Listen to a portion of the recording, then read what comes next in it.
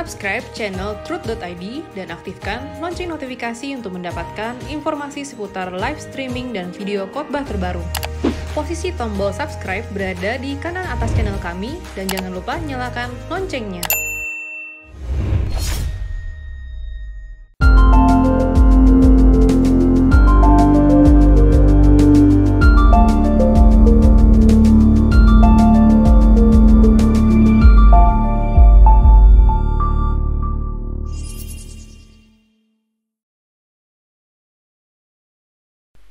Bagi orang percaya, mutlak berlaku firman agar kita mengasihi musuh.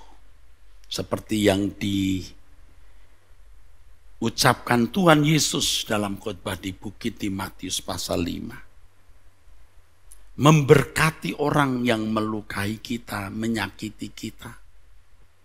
Tentu termasuk orang-orang yang menista Tuhan kita Yesus Kristus. Menista kitab suci kita, Alkitab, menista ajaran kekristenan kita, atau menista keyakinan kita. Jangan membalas. Kalau kita membalas kejahatan orang yang menista Allah yang kita sembah, itu mengesankan, mengisyaratkan bahwa Allah yang kita sembah seakan-akan Allah yang lemah. Allah yang tidak berkuasa membela dirinya sendiri sehingga perlu disubsidi, dibantu dan ditolong. Mungkin kelihatannya jagoan. Kamu menghina saya nggak marah. Tapi kalau kamu menghina Tuhan saya, apapun saya pertaruhkan. Kelihatannya jadi jagoan, tapi itu melecehkan Allah. Kalau Allah kita kuat, Allah kita berkuasa melindungi dan membela dirinya sendiri. Allah kita hidup enggak? Nyata enggak? Berkuasa enggak? Allah maha besar enggak?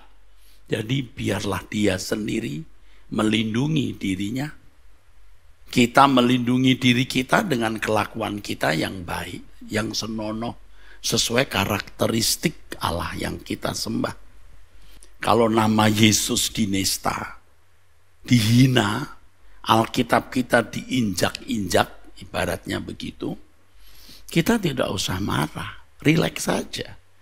Kalau kita percaya Allah yang kita sembah itu Allah yang benar, yang menciptakan langit dan bumi, yang katanya membelah kolsom, kata Alkitab. Merobohkan tembok Yeriko, lah apa artinya sih? Bullying orang-orang yang tidak ada artinya, itu. Jadi kalau seseorang berusaha membela Allah yang disembah dengan membalas kejahatan orang yang menista Allah dan ajarannya yang dianut, itu menunjukkan rendahnya moral Allah yang disembah atau ajaran yang diajarkan, yang boleh mengajarkan kejahatan dengan kejahatan, kekerasan dibalas kekerasan. Jangan begitu. Tuhan yang mengajar kita, baca di Matius 5. Ditampar pipi kanan, beri pipi kiri. Mendoakan orang yang berbuat jahat kepada kita. Tapi tulus ya, jangan hanya berkata, saya doakan ya Tuhan memberkati kamu. Tapi hanya untuk show saja, jangan. Tuhan bisa baca hati kita. Suatu hari nanti setiap orang akan diadili sesuai dengan perbuatannya. Dan akan dibuktikan siapakah Allah yang benar itu.